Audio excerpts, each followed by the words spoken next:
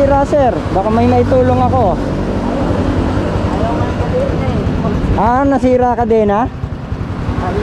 Ato sir, may gamit ako.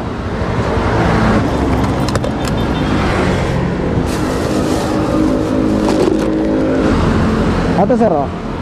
Patingin muna. Ayaw pumasok. Kasi, nakalas. Sir, i-center stand ko muna. Ha? Walang center stand. Naku, mahihirapan tayo nito. Saan ko pa ba pupunta? Papasok ka sa trabaho? Anong oras papasok mo? Anong oras na? Alas 8? Ayun. Ito oh. Halika. Ayan oh. Kita mo? Diba? May pambili kang kadena? Wala pa. Wala kang pera? Ito. Tingnan natin kung kasya tong kadena ko.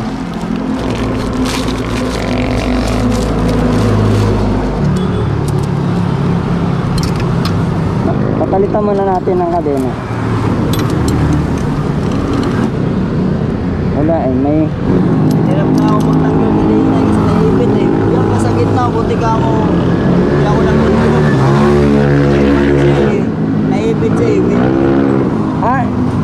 Ibig sabihin na ista ka sa gitna ng highway? Naku, delikado yan. Kaya nga eh. Hindi, alagaan mo sa maintenance yung motor mo kasi mapapahama ka.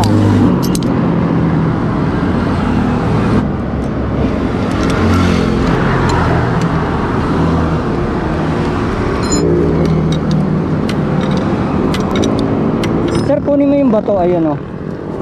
I-center stand na, wala kang si-center stand yung motor mo eh. Ang venture po kayo.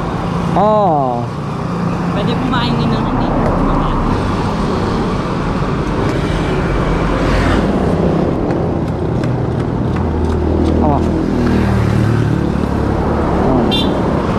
Ay, patulong nga kami. Angat nyo lang dalawa.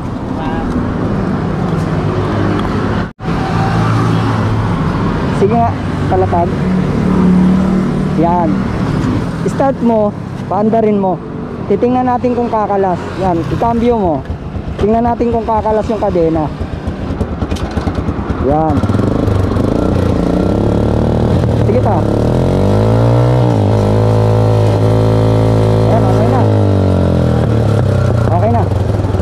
Baba na natin.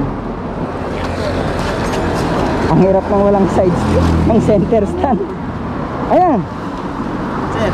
Makakaabot ka na niyan. Late ka na eh. Ang mahalaga, makapasok ka. Shout na mama ko. Okay. Thank you, idol. Okay. Hindi, ako na bahala niyan sir. Ang mahalaga makapasok ka. Malilate ka ng gusto eh. Ako na magliligpit. Ano po ano sir? Nas. Sa YouTube mo. Nag-iba na yung motor mo. Ito ko, yung na. Ano kasi, binigyan ako ng motor.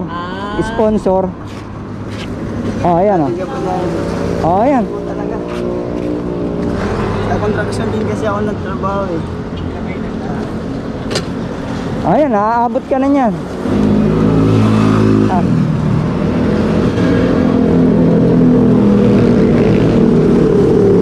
Tunas kang kamay mo. Puro grasa yung kamay mo. Dudulas yung kamay mo sa manibela eh. Ayan. Ano ba trabaho mo doon? Installer, mga paring sa Kisame. Installer ng Kisame? Ayan, makakaabot ka na sa trabaho niyan. Yes sir. Sige. Hindi, sa'yo na yan para kasi yung kamay mo, para may pamunas ka. Ingat.